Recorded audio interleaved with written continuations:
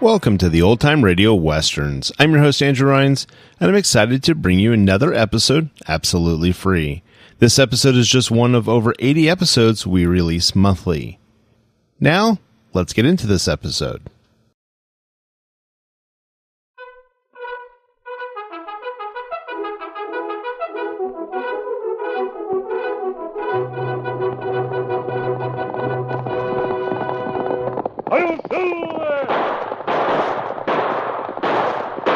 Fiery horse with the speed of light, a cloud of dust, and a hearty Hi-Yo Silver, the Lone Ranger.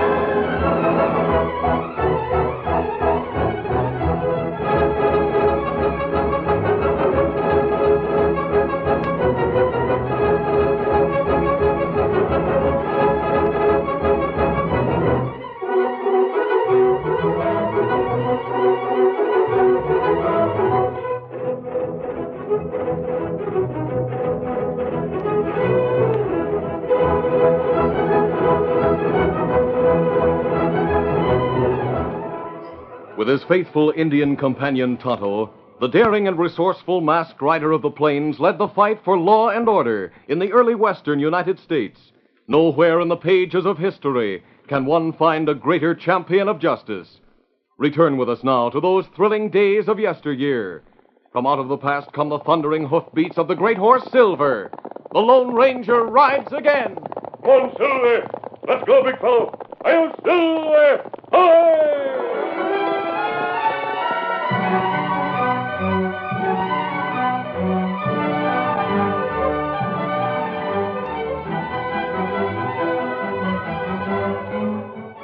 Juan Bronco was notorious not only as an elusive and ruthless outlaw, but also for a whimsical nature that on many occasions surprised even the men who followed his leadership. He was ruthless the time he and his outlaw gang raided the bank in Pecos. Come, amigos. And let no one interfere. It's Juan Bronco and his guys. They're going into the bank. Hands up, everybody. They're killers. We've come for some money. All the money. Go, two of you. Get the money from the teller's cage pronto. Right. Bronco, I won't let you rob my bank. Be quiet, senor. Now, the rest of you will please not interfere. Get the money and make it quick.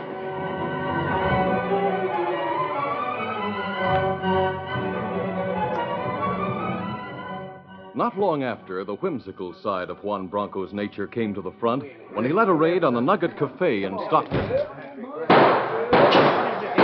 Quiet down, amigos. We have come to relieve you of your gold. It's Bronco. Got his gang with him. Reach everybody. You want to live. Line him up, Ralph. All right, Juan.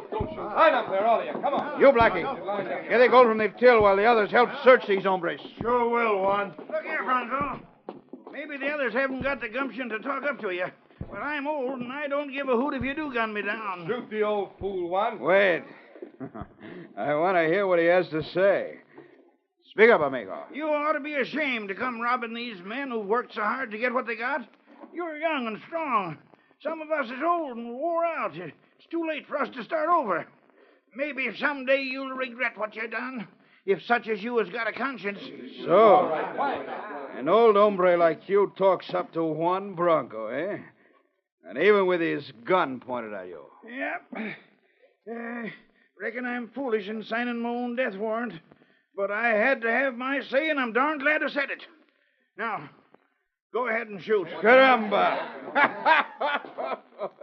Did you hear, Ralph? Blackie? Did you listen to this weak old hombre talk up to Juan Bronco, eh? Let's get going, Juan. No. I like you, mister. I just got the nerve to buck Juan Bronco and say what he thinks. We will not rob them. We will treat them instead. Drinks are on Juan Bronco, amigos. We will all drink to the health and courage of this old man.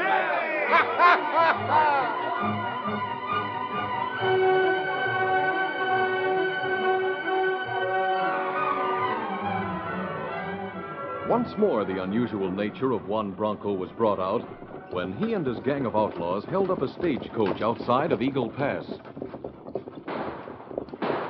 Holy smoke, outlaws. I better stop. Who there? Who up there? Steady, boys. Who there? You uncovered, amigo. Ralph, get this strong box from him. All right, Juan. I will see about the passenger. Yep. Oh, there. So, only one passenger, a woman. Yes, I'm the only passenger. Give me what gold you have, Fronto. Oh, yes, of course. I have only this $20 gold piece. That's all the money I have in the world. That is too bad. But your loss is my gain, no? You have come far, perhaps? Yes, from St. Louis. I'm going to join my husband. He has a small ranch out here, but it's heavily mortgaged. We're quite poor. There are many who are poor, Senora. Hey, what do you look at? So, you are intrigued by my ring, no? It's fascinating. See, many have told me so. Look, it is a gold serpent holding in its mouth a real ruby. This ring is worth much gold, Senora. It has been in my family for generations. Oh. Juan, we're waiting. I'll be with you pronto, amigo. Here, Senora. Take this ring. It is yours. But the gold piece I will keep. No. Oh, no, I couldn't. I toss it into your lap. So. Adios. No, wait. Adios, senora.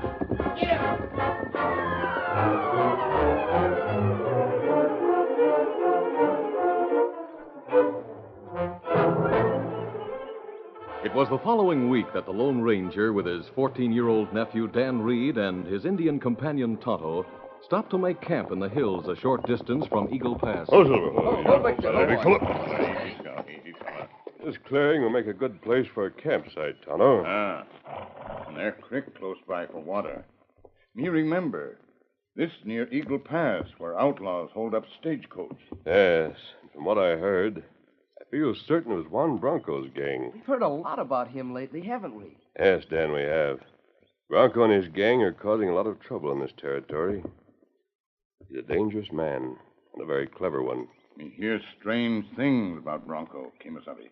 Yes, he seems to have an odd nature. On some occasions, he's a ruthless killer. But on others, his nature seems to change, and he'll do something unusual and unexpected. Golly. Him plenty mean outlaw. That's right, he is. It's because of Bronco that we came down this way. Gosh, he'll be a hard one to catch, I bet. He's very clever, as I said before, Dan. But I'm hoping he'll make a slip that will put us on his trail. Oh, we have enough supplies, Tonto? Well, we not have much coffee. I'll ride into Eagle Pass and get some. It isn't far, and I can be back before dark. Well, all right, Dan. Go ahead if you want to. By the time you get back, Tonto and I'll have everything ready for the night. You have money, Dan? I have enough. I won't be very long. Steady, boy. Come on, Victor.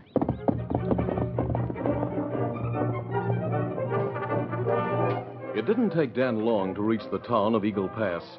He had bought and paid for his package of coffee and was about to leave when a man entered and approached the counter. And anything else, son? No, thanks, that's all. Hey, Jed. Got any chewing tobacco? Well, if it isn't Ned Jacobs, how you been? Haven't seen you since you got in with the stage the other day. Here, you got held up. Sure did, doggone it.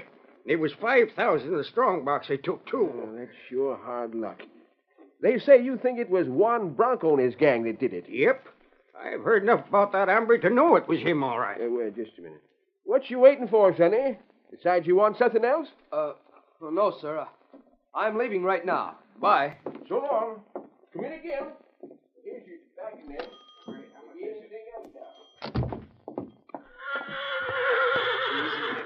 Steady, boy. Come on, Victor.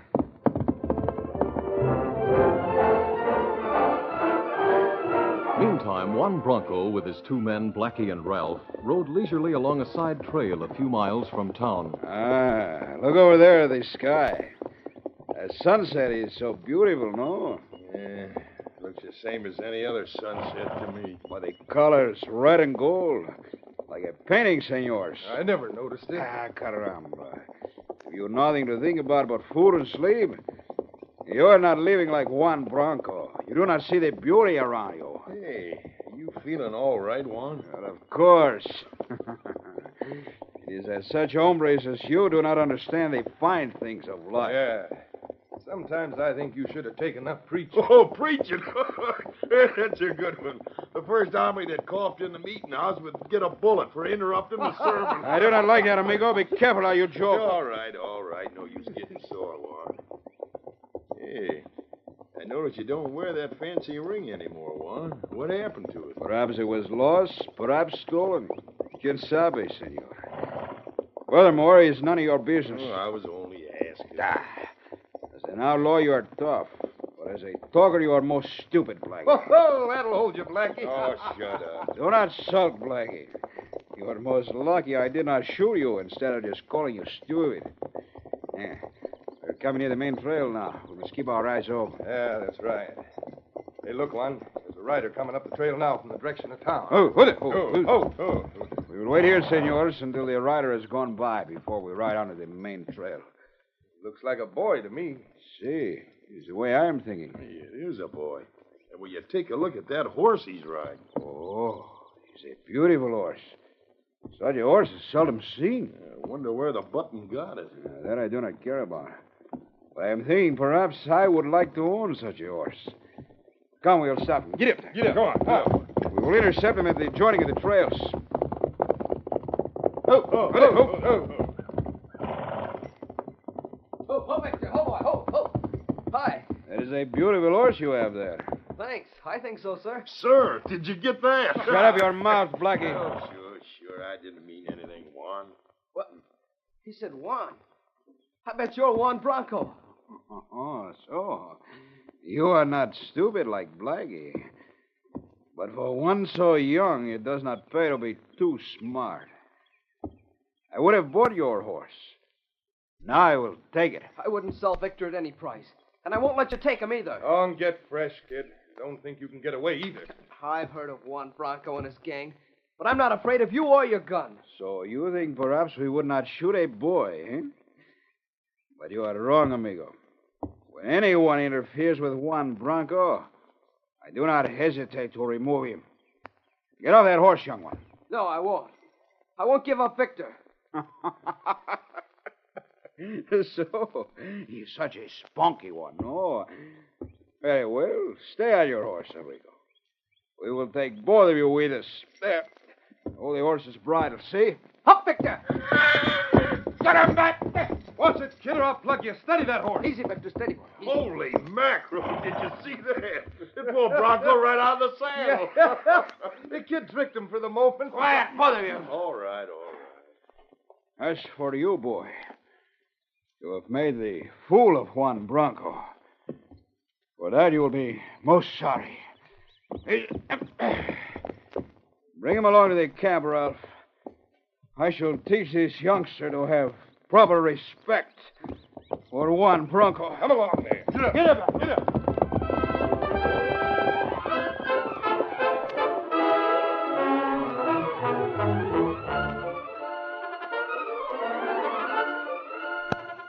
The curtain falls on the first act of our Lone Ranger story. Before the next exciting scenes, please permit us to pause for just a few moments.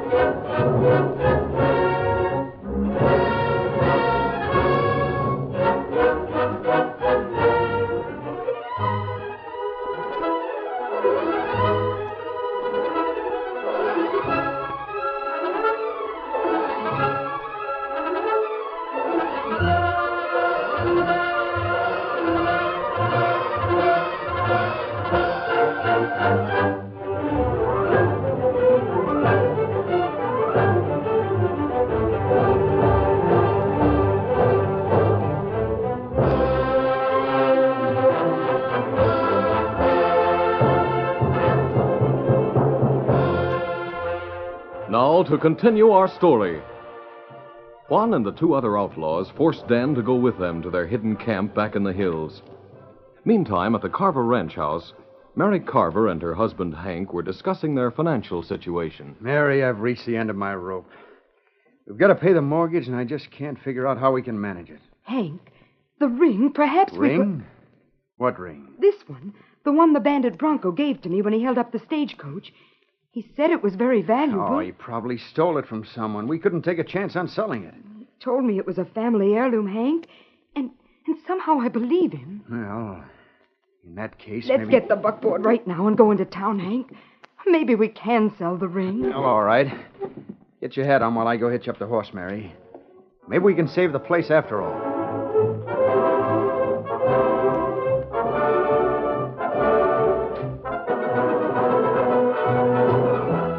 At their camp, the Lone Ranger and Tonto waited for Dan to return.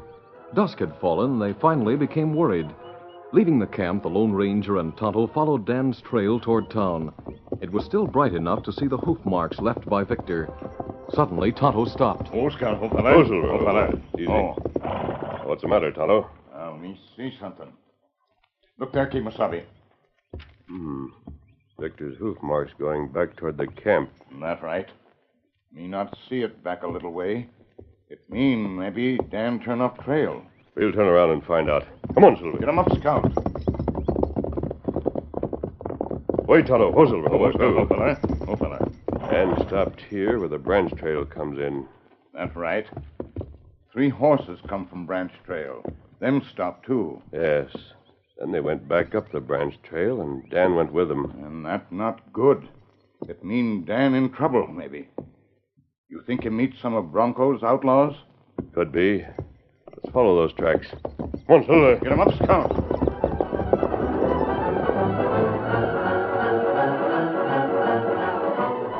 Meantime, Mary and Hank Carver rode along the branch trail from their ranch toward the main road in the buckboard.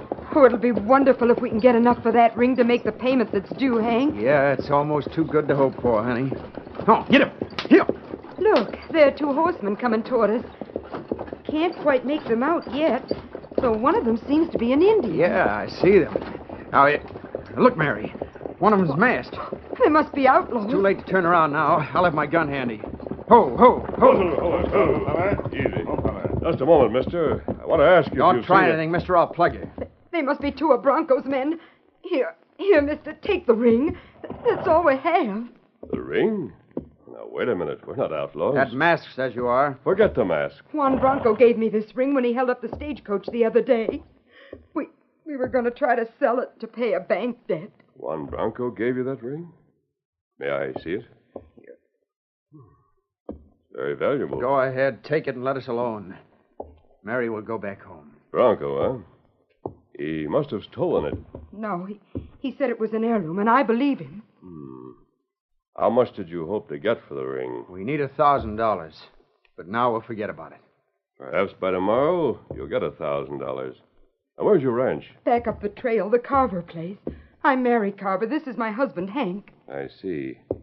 Let me take this ring now. You'll get it back. I guess we'll have to. Thanks. All right, let's go, Tonto. Come on, Silver. Get him up, Scout. Well, there goes the ring. Gun him out of the saddle. Oh, what's the use? Might as well go back home. Get up! Turn around! Come on, get up!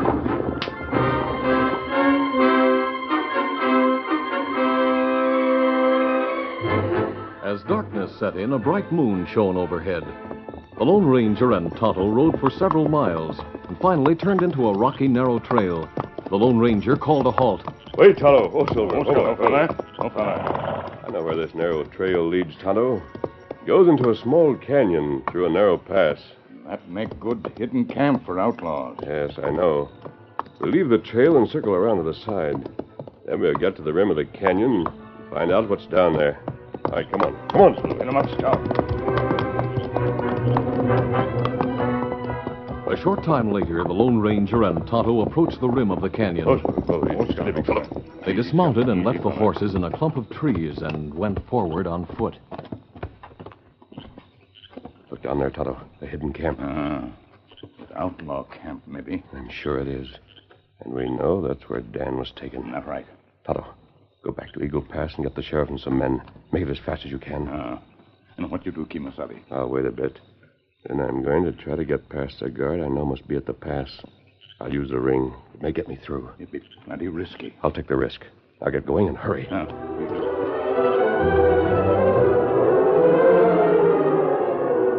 Sometime later, in Juan Bronco's headquarters shack in the canyon, Dan was lying on a bunk in the corner with his hands and feet tied. Juan finished a card game with Ralph and stood up. So, once more I win. Yeah. Yeah, you always do win, Juan. What are you going to do with that boy? He will not be with us long, Ralph. He knows too much. One would have bought his horse, but for his freshness, the boy will give him up for nothing. No? You won't be able to ride him. Nobody can ride Victor unless he knows I want them to. I will break his spirit. Ralph, you will go get that horse. We'll tie him between the two trees out front so he cannot move much. Then I will use the rawhide whip on him until he knows I am the master. No, don't do that. I'll take the whipping, but don't mistreat Victor, please. Perhaps after we have broken his spirit with a whip, we will break yours the same way, my little cucaracha, eh, Ralph? Yeah. Good idea. Hey, someone's coming, Juan. Hey, Juan. Somebody here to see you. Caramba, what is this, Blackie? You've let someone through the pass. You gone crazy, Blackie? Who is it? Don't get excited. It's a masked hombre, Juan. Says he came to see you. He showed me the ring. Your ring, to prove he was a friend of yours. My ring, huh? Have your gun ready, Ralph? Sure. Now, Blackie, show this good amigo into the cab. All right. I knew you'd want to see him. Juan says to come on in, mister. Thanks. Here he is, Juan. Hello, Bronco. So, this is the hombre who has my ring. The ring which I give to the lady on the stage. Maybe I came to return it. You must have stolen it from her, senor. Just why did you come here? Maybe I want to join your gang, Bronco. You're the bold one, senor. It's easy to see you're an outlaw since you wear that mask. But I am particular about the ones who join my gang. I'm not so particular. Perhaps not. We shall see. Oh? Who's the boy you have tied up over there? He is one who also was bold, senor. But we were about to show him that boldness doesn't pay here. Really? Ralph, go bring that horse around. We'll use a whip on him, then we will punish the boy. All right, Juan. Guess you and Blackie can handle this hombre if he starts anything. I'm holding my gun pointed at him. He will not start anything. First, senor, I will take my ring back. I like it. I'm going to keep it. Oh, you have courage, senor. Maybe if you prove to be what you say, I will let you keep it. Thanks. Raise your hands for the moment, senor. All right. Well, I keep him covered, Blackie. You go behind him and take his guns. All right, Juan.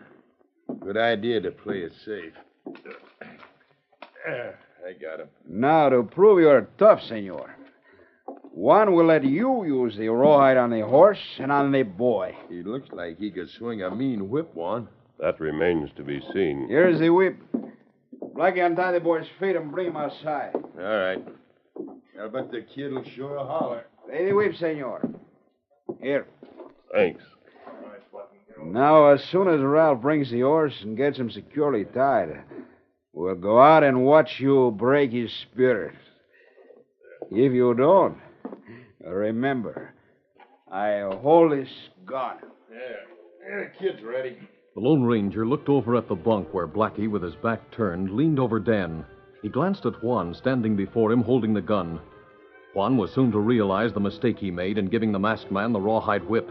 For suddenly, the Lone Ranger's hand moved swiftly. Use the whip now. The whip snaked out and coiled around Juan's gun. Caramba! The gun had barely time to reach the floor when, with a quick lightning movement, the Lone Ranger reached down and grabbed it. Here, Blackie, quick, shoot him! No, you won't. Oh, my shoulder! Get that whip! I don't think so, Bronco. I'll cut those cords on your wrist, then. Oh, golly, I'm sure glad you got here. I'll get you, you sneak. Oh, I'm hit. You all right, Kimasabi? Yes, Tonto. You acted just in time. Me see outlaw. Go to door. Me shoot him. The sheriff and his men seem to be doing a good job out there. I'll take back my own guns now. Outlaws not expect a raid by posse. Well, Indian, we got 'em all. Say, that must be the masked man you told me about. That's right. Man, there's Juan Bronco, Sheriff. Tonto and I'll help you and your men round up the gang and get them back to town now.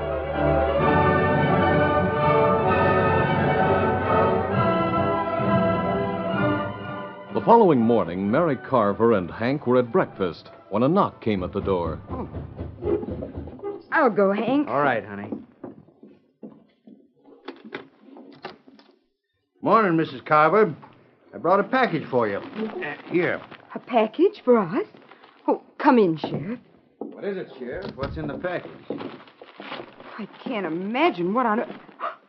Hank, look. What? Well, I'll be... Paper money. And the ring that outlaw took from us last night. Well, I can't believe it. I thought that I don't know what you thought, Mrs. Carver, but if you think that masked man is an outlaw, you have to think again. But all this money, where would he get it? He sent that money to you, also the ring. You see, there was a reward for the capture of Bronco.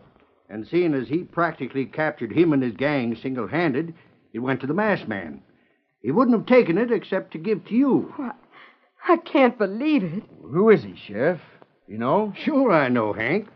You see, that masked man is on the side of the law. He's known hereabouts as the Lone Ranger.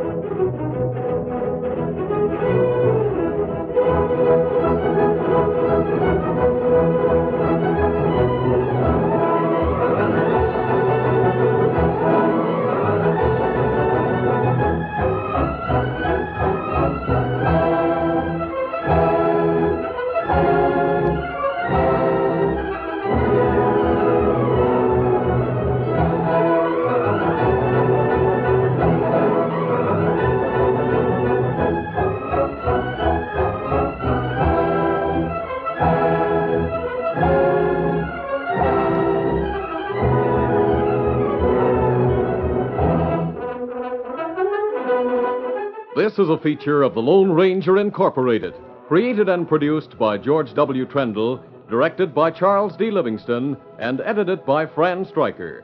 The part of the Lone Ranger is played by Brace Beamer.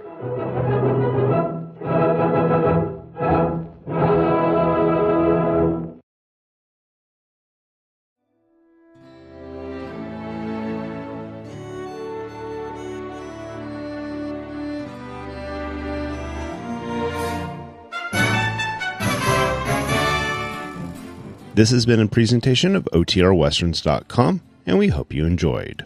Please take some time to like and rate our shows in your favorite podcast application. Follow us on Facebook by going to OTRWesterns.com/Facebook. Subscribe to our YouTube channel by going to OTRWesterns.com/YouTube. And send us an email, podcast@OTRWesterns.com. You can call and leave us a voicemail, 707-986-8739. This episode is copyright under the Attribution Non-Commercial Share-alike copyright. For more information, go to OTRWesterns.com/copyright. Have a great day, and thanks for listening.